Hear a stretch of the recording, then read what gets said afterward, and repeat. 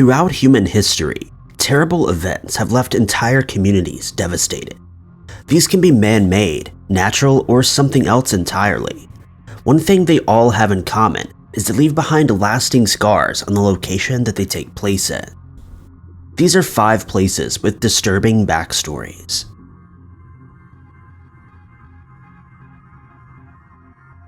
Number 5.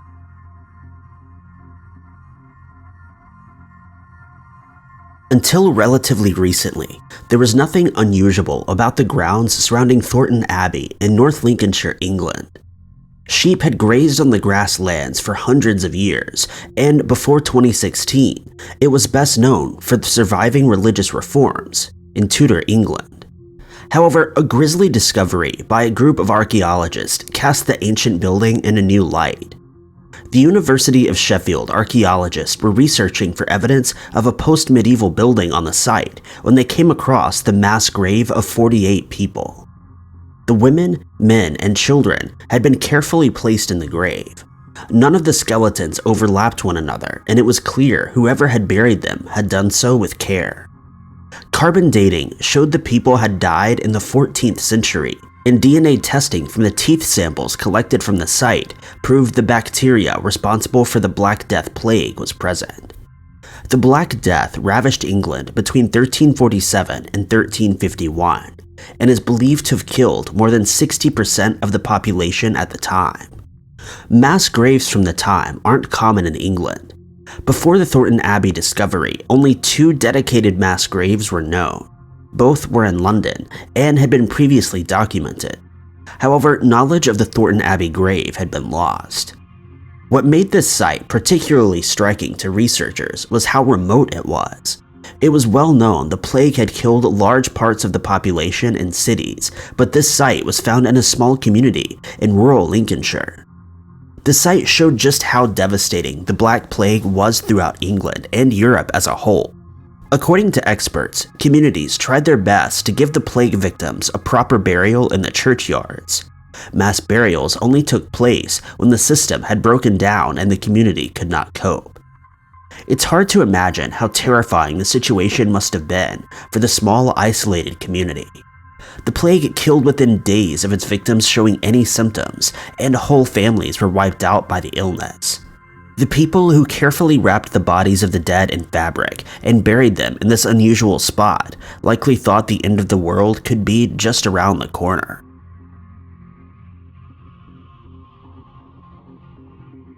Number 4.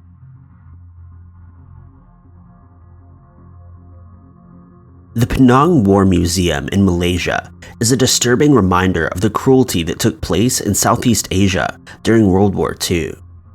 The museum exists in a converted fort which saw countless executions during the war. The fort, originally called Batu Maung, was built by the British in the 1930s and was designed to protect British trade routes in the area. As such, the whole focus of the fort was defending the nearby area from sea attacks. However, the Japanese launched a surprised airborne attack. The British couldn't defend against them, and on the 17th of December 1941, it was handed over to the Japanese. Officially, the Japanese used the fort for the same reason the British did, to protect shipping interests. However, many, including the museum itself, believed the fort was turned into a prisoner of war camp. Japanese prisoner of war camps were known to be particularly horrific, and more than 1 in 4 POWs died at the camps. This fort was no different. The garrison was dubbed Bukit Hantu, or Ghost Hill, due to the hundreds of people who were brought to the camp to be executed. Prisoners were tortured and starved, and ceremonial beheadings became a daily event. The camp was ruled over by a particularly cruel Tadashi Suzuki.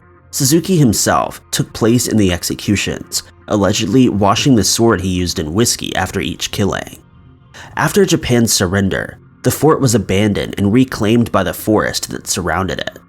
That is, until 2002, when a Malaysian businessman got government approval to restore the fort and turn it into a museum.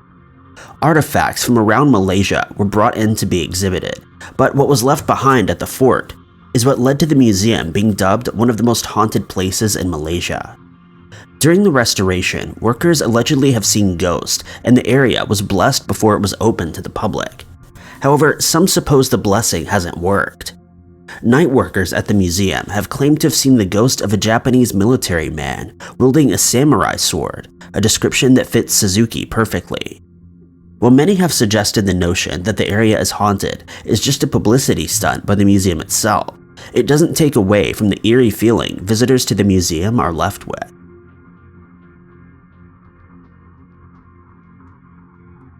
Number 3.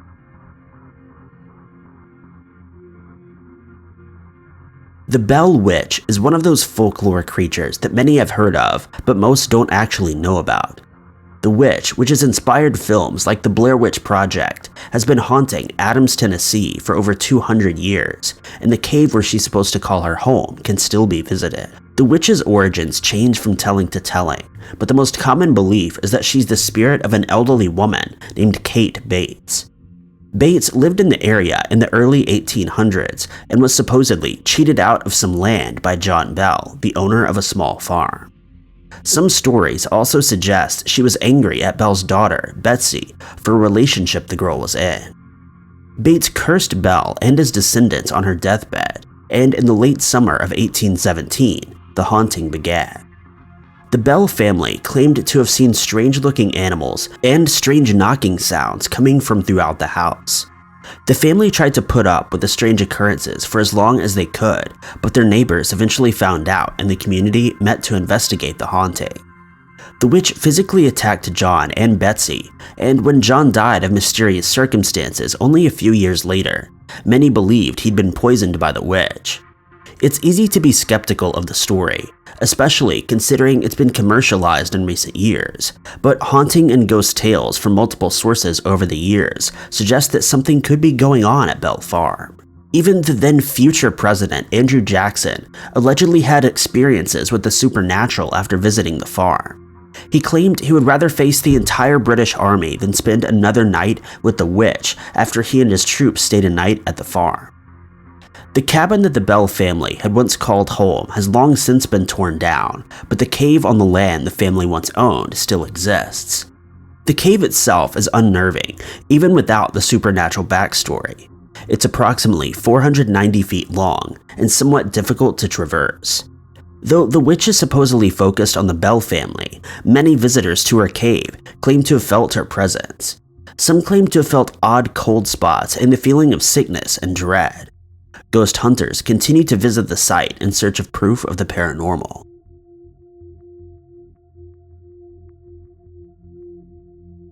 Number 2.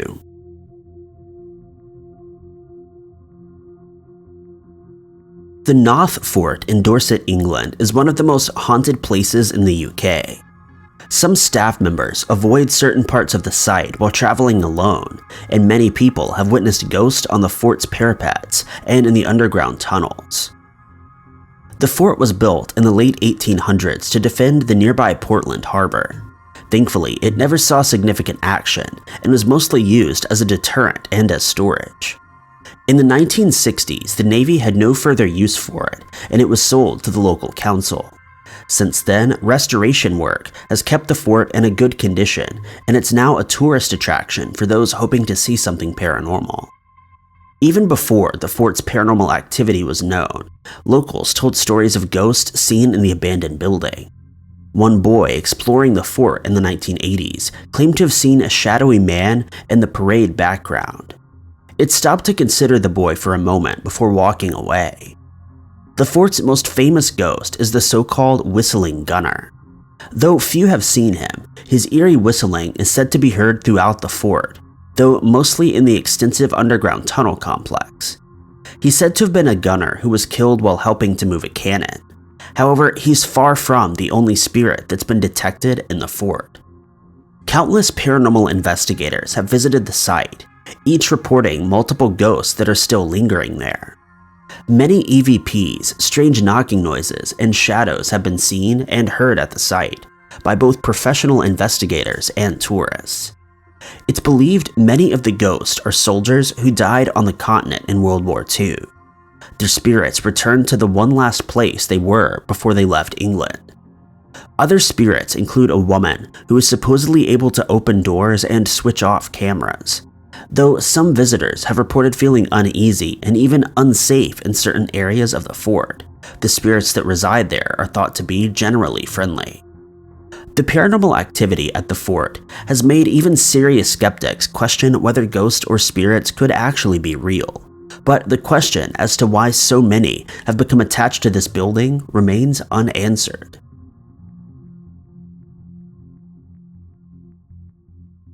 Number 1.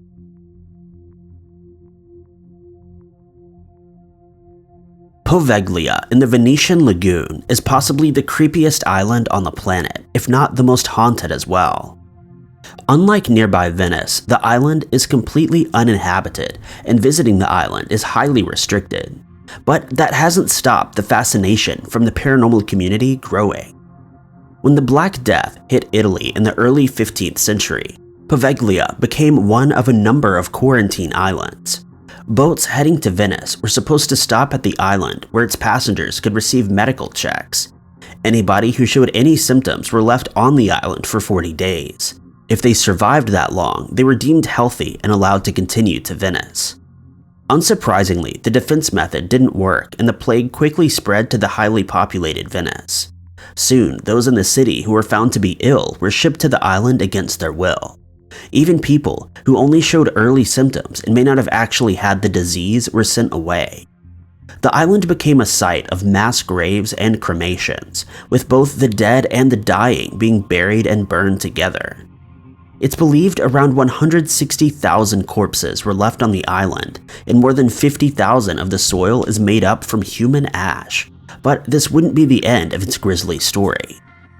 In 1922, a new building was erected on the island and an asylum opened.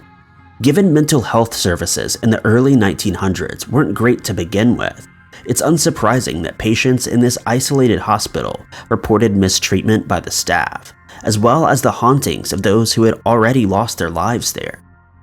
One particular doctor has become subject to many stories. He's alleged to have conducted brutal experiments on the people he was supposed to be taking care of, practicing lobotomies and using hammers and nails. He's supposed to have taken his own life after jumping from the bell tower, though some stories say he was pushed by some supernatural force. Even with the stories of abuse reaching the mainland, the asylum would remain open until 1968. After it was closed, the island was sold at auction twice and is currently owned by an Italian businessman. Travel to the island is prohibited, but some urban explorers and ghost hunters have visited. They claim to have felt as if they were being watched and even pushed or scratched by invisible forces. Many leave the island shaken. Thank you guys so much for watching. If you liked this video, be sure to click that like button. Also, don't forget to subscribe and click that notification bell to keep up to date with all of our future uploads. But I've been Ty Knauth, and I'll catch you guys in the next video.